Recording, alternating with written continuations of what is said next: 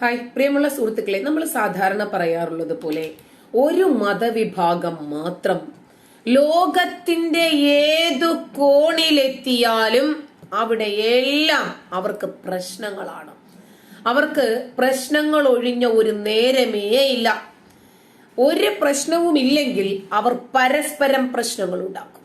അവർക്ക് അങ്ങനെ പരസ്പരം അടിയും ബഹളവും ഉണ്ടാക്കിയേ ജീവിക്കാൻ സാധിക്കൂ. ഇപ്പൊ ഇവിടെ ഇതാ കേരളത്തില് കോഴിക്കോട് ജില്ലയില് ഒരു പള്ളിയുടെ ശുചിമുറി ക്രമീകരിച്ചിരിക്കുന്നതും അതിലെ ഫാൻ ക്രമീകരിച്ചിരിക്കുന്നതും ഒരു വീടിന് നേരെയാണ്.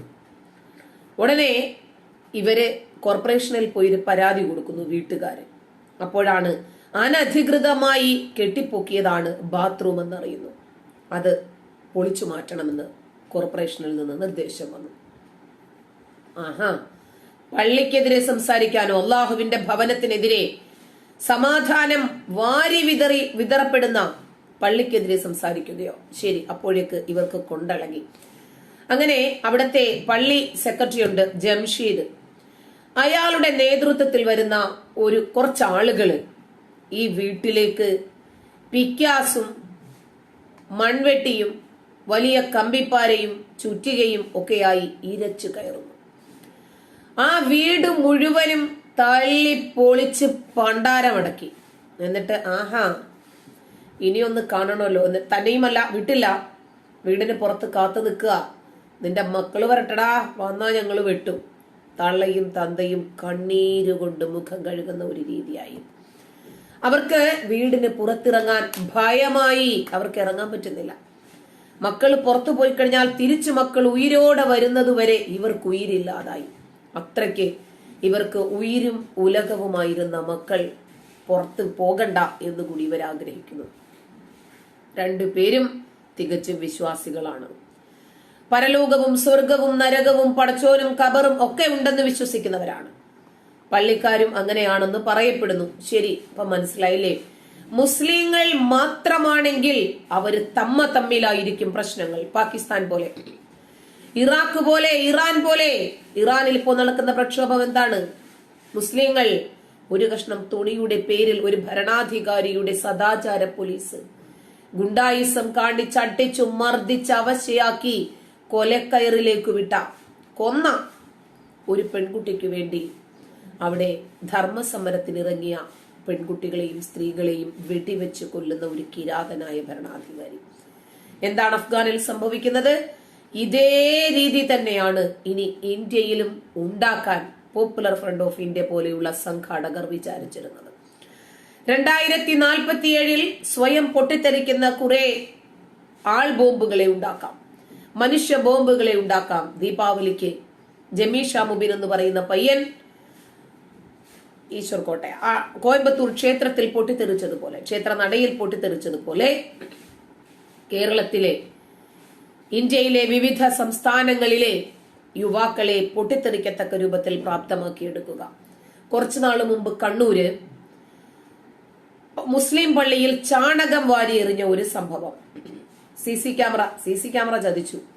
സിസി ക്യാമറയിൽ നോക്കിയപ്പോൾ ആ യുവാവിനെ പിടികിട്ടി. പോലീസ് ആ യുവാവിനെ അന്വേഷിച്ചു ചെന്നു. നോക്കുമ്പോൾ ഒരു മുസ്ലിം യുവാവാണ്.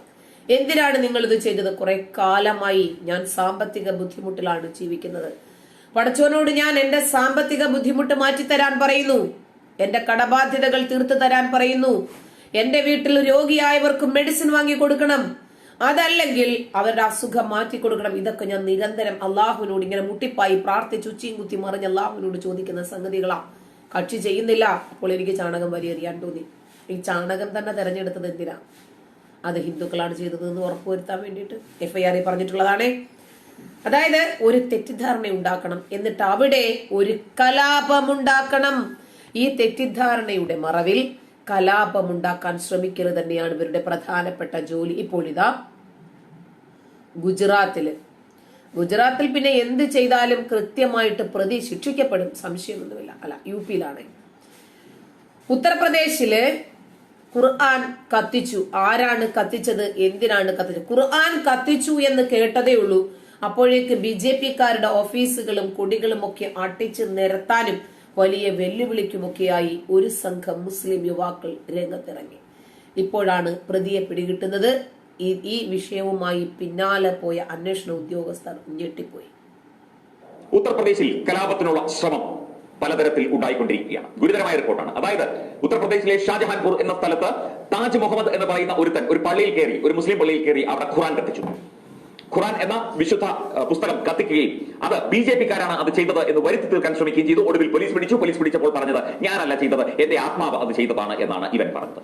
ഇത് മനഃപൂർവ്വം കലാപം ഉണ്ടാക്കാനുള്ള ശ്രമം. ഒരു BJP-കാരൻ പള്ളിക്കകത്ത് കയറി, മുസ്ലിം പള്ളിക്കകത്ത്, അതോ ഇന്ന് പള്ളികളൊക്കെ CC ക്യാമറയ്ക്കകത്താണ്. ഈ CC ക്യാമറയുടെ ഉള്ളിൽ നിന്നിട്ട് ഒരു BJP-കാരൻ മുസ്ലിം പള്ളിക്കകത്തേക്ക് ആരും കാണാതെ കയറി ഖുർആൻ കത്തിക്കണമെങ്കിൽ അപാരമായിട്ടുള്ള കഴിവ് വേണമല്ലോ. കുറച്ച് ആളുകൾ കൂടിയാണെങ്കിൽ ശരി, സാധാരണ അങ്ങനെയാണല്ലോ. സംഘഗാനം ഒറ്റയ്ക്ക് പാടാൻ നമുക്ക് ബുദ്ധിമുട്ടാണ്, ഒരുമിച്ചാണെങ്കിൽ ഭയങ്കര ധൈര്യവുമാണ്. അപ്പോ അങ്ങനെയാണെങ്കിൽ കുഴപ്പമില്ലായിരുന്നു. അപ്പൊ ഈ താജ് മുഹമ്മദ് എന്നവനെ വെറുതെ വിടാൻ പാടുണ്ടോ? രണ്ട് വിഭാഗങ്ങൾ തമ്മിലുള്ള കലഹത്തിനല്ലേ ഇവൻ ശ്രമിച്ചത്? അവൻ തന്നെ ഖുർആൻ കത്തിക്കുന്നു, എന്നിട്ട് അവന്റെ ആത്മാവാണത്രേ. നല്ല വള്ളിച്ചൂരല് വെട്ടി 4 എണ്ണം കൊടുത്താലേ ആ ആത്മാവ് പുറത്തു വരും. ആത്മാവിന് അടുത്ത ശിക്ഷ കൊടുക്കാൻ പറ്റും. ഖുറാൻ കത്തിച്ച വിഷയം അറിഞ്ഞ ഉടൻ തന്നെ അവിടെ BJP പോസ്റ്ററുകളും BJP-യുടെ മറ്റ് അലങ്കാരങ്ങളും കൊടിതോരണങ്ങളും ഒക്കെ അവിടുത്തെ മുസ്ലിം വിഭാഗം ഇറങ്ങി വന്ന് കത്തിക്കുകയും തകർക്കുകയും മുദ്രാവാക്യം വിളിക്കുകയും കലാപങ്ങൾക്ക് ആഹ്വാനം ചെയ്യുകയും ആയുധങ്ങളുമായി തെരുവിലിറങ്ങുകയും ചെയ്തു. അപ്പോൾ ഈ താജ് മുഹമ്മദ് എന്ന് പറയുന്നവന്റെ ഉദ്ദേശം ഇതായിരുന്നു. ഇവൻ ഖുറാൻ കത്തിച്ചിട്ട് ഇവിടെ പലപ്പോഴും കാണാറുണ്ട് അങ്ങനെ തന്നെ. അതായത് എന്താണ്, എന്തെങ്കിലും ചെയ്തിട്ട് RSS-കാരന്റെ പറമ്പിൽ കൊണ്ടിടും, അല്ലെങ്കിൽ BJP-കാരന്റെ പറമ്പിൽ കൊണ്ടിടും. അവരാണ് ചെയ്തത് എന്ന് വരുത്തി തീർക്കാനായിട്ട് CPM-കാരാണ് അത് കൂടുതൽ ചെയ്യുന്നത്. ഇത് സയ്യിദ് ഷാ ഫഖ്റെ അലമിയാൻ എന്ന് പറയുന്ന പള്ളി, ഷാജഹാൻപൂരിലുള്ള ഈ പള്ളിയിലാണ് ഇവൻ ഖുറാൻ കത്തിച്ചത്.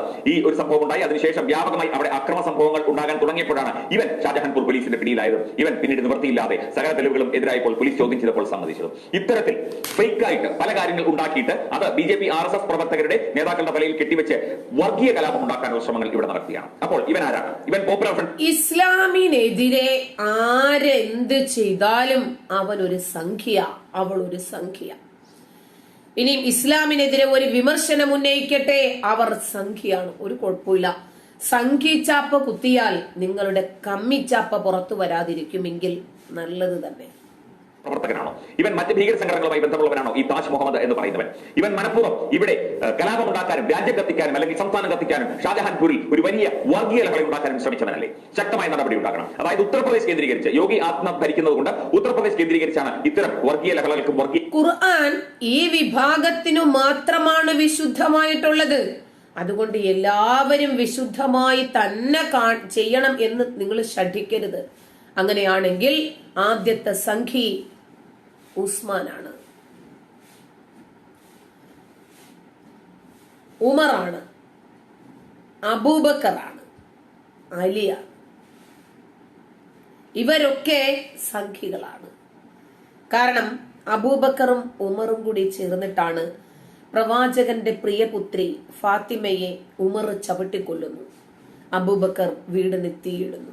ഗർഭിണിയായ മകൾ അതിനകത്ത് കിടന്നു മരിക്കുന്നു. അത് വേറൊരു കഥയായതുകൊണ്ട് ഞാൻ വേറൊരിക്കൽ പറയാം. ഇവരൊക്കെ സംഖ്യകളാണോ ഇന്ന് നിങ്ങളുടെ കോൺസെപ്റ്റില്? ഇത് രണ്ട് വിഭാഗങ്ങളെ പരസ്പരം തമ്മിലടിക്കാനും അവര് തമ്മിലടിച്ച് നടുക്കു വന്ന് വീഴുന്ന ചോര ഊറ്റി കുടിക്കാനും ഒരു വിഭാഗം എപ്പോഴും ജാഗ്രതയോടുകൂടി നിൽക്കുന്നുണ്ട്. ഖുർആൻ നിങ്ങൾക്ക് വിശുദ്ധ ഗ്രന്ഥമാണ്. ഉസ്മാൻ കത്തിച്ചത് വെച്ചിട്ട് തന്നെ നമുക്ക് മനസ്സിലായില്ലേ എന്താണ് അതിനകത്തുള്ളത് എന്ന്. അവരാരും ഭയപ്പെട്ടില്ലല്ലോ. അബൂബക്കറും പറഞ്ഞില്ലേ കത്തിച്ചു കളഞ്ഞേക്ക്, ബാക്കി മതി നമുക്ക്. ും അല്ലെങ്കിൽ പ്രശ്നങ്ങൾ ഉണ്ടാക്കാനും ഈ തീവ്രവാദികളും അതുപോലെ ജിഹാദി ഇടത് ശക്തികളും മത തീവ്രവാദികളും ശ്രമിച്ചുകൊണ്ടിരിക്കുന്നത്. ഉത്തർപ്രദേശ് പോലീസ് പലപ്പോഴും ജാഗ്രതയോടെ ഇരിക്കുന്നത് കൊണ്ടാണ് പലതും നടക്കാതെ പോകുന്നത്. അതുപോലെ തന്നെ ഉത്തർപ്രദേശിന്റെ ഇന്റലിജൻസ്, സംസ്ഥാന ഇന്റലിജൻസ് തന്നെയുമല്ല, ഉത്തർപ്രദേശിന്റെ ഇന്റലിജൻസ് സംവിധാനം മാത്രമല്ല സംസ്ഥാന സർക്കാരും യോഗിയല്ലേ ഭരിക്കുന്നത്.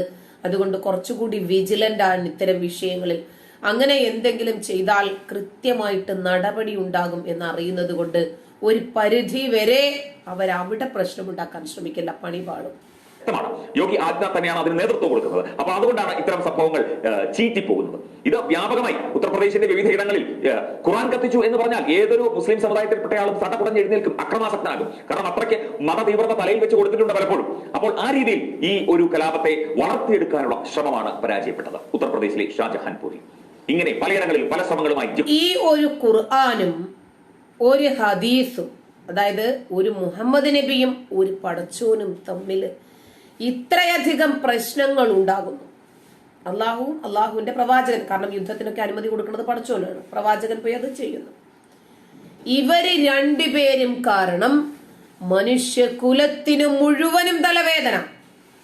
ഈ ഒരു പ്രവാചകൻ കാരണമല്ലേ, ഈ ഒരു ഖുർആൻ കാരണമല്ലേ, ഈ ഒരു മതം കാരണമല്ലേ ഇന്ന് ഇറാനിൽ കൊല ചെയ്യപ്പെടുന്ന 100 കണക്കിന് പെൺകുട്ടികളുടെയും സ്ത്രീകളുടെയും നിലവിളികൾ നമ്മൾ കേൾക്കുന്നത്. അഫ്ഗാനിലെ കൊല ചെയ്യപ്പെടുന്ന ആളുകളെ കണ്ടിട്ടില്ലേ? ഐസിസുകാര് തലയെറുത്ത് കൊല്ലുന്നവരെ കാണുന്നില്ലേ? ഇതെല്ലാം ഈ ഒരൊറ്റ മതവും ഈ ഒരൊറ്റ കിതാബും കാരണമുണ്ടായ പ്രശ്നങ്ങളാണ്. രാജ്യദ്രോഹികൾ പലതും കരുതി പതുങ്ങിയിരിപ്പുണ്ടാകും. രാജ്യത്തെ ജനങ്ങളെല്ലാവരും, ഭരണ സംവിധാനങ്ങളും ഇന്റലിജൻസ് ഏജൻസികളും ഈ വിഷയത്തിൽ ജാഗ്രതയോടെ ഇരിക്കണം. ഇനിയും ഇത്തരം സംഭവങ്ങൾ ആവർത്തിക്കപ്പെട്ടേക്കാം. ഇത്തരം സംഭവങ്ങൾ ഇനിയും ഇവിടെ പലയിടത്തും നടന്നേക്കാം. ഇനിയും UP കേരളത്തിൽ ആവർത്തിക്കില്ല എന്നൊന്നും പറയാൻ പറ്റില്ല. അതുകൊണ്ടാണ് ഞാൻ ഇൻട്രൊഡക്ഷനിൽ തന്നെ പറഞ്ഞു വെച്ചത്, കണ്ണൂര് പള്ളിയിൽ ചാണകമെറിഞ്ഞത് ഒരു മുസ്ലിം യുവാവ്. CC ക്യാമറ ദൃശ്യങ്ങൾ ഉള്ളത് കൊണ്ട് മാത്രം അയാൾ ഇത് സമ്മതിച്ചു. അല്ലെങ്കിലോ 2 വിഭാഗങ്ങൾ തമ്മിലുള്ള സംഘട്ടനങ്ങൾക്കും ഒരുപാട് പേരുടെ ജീവൻ പൊലിയാനും ഒരു വലിയ കലാപത്തിന് തന്നെയും വഴിവെക്കും. അതുകൊണ്ട് ഇതുപോലെയുള്ള ആളുകൾക്ക് അർഹമായ രൂപത്തിലുള്ള ശിക്ഷകൾ ഏർപ്പാട് ചെയ്തിട്ടില്ലെങ്കിൽ ഇതുപോലെയുള്ള സമാന സംഭവങ്ങൾ ഇനിയും ആവർത്തിക്കും.